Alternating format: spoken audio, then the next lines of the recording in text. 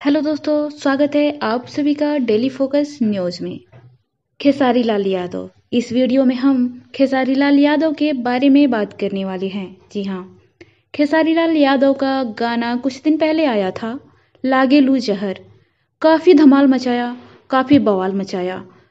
हर fan उनके इस गाने का दीवाना हो गया। जी हाँ, और आज के दिन इस गाने का वीडियो का टीजर रिलीज किया गया है, जो कि देखते ही देखते करीब 10 मिनट में 5,000 के पार चला गया है।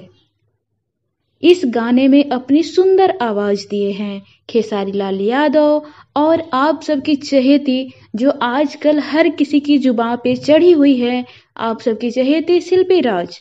इस गाने में खेसारी लाल यादव और शिल्पी राज ने इस गाने के बोल को और सुंदर बना दिए हैं।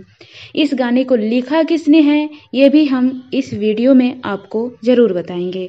तो इस गाने को लिखा है आजाद सिंह और इसमें म्यूजिक भी उन्हीं का है। आप लोग भी इस गाने के वीडियो का टीजर जरूर देखें और ये भी बताएं कि इसमें एक्टिंग कैसी है।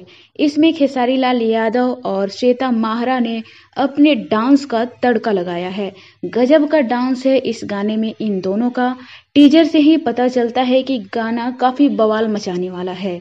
नीचे कमेंट बॉक्स में कमेंट करके आप बताइए कि आप सबको ये गाना कैसा लगा और इसका वीडियो कैसा लगने वाला है।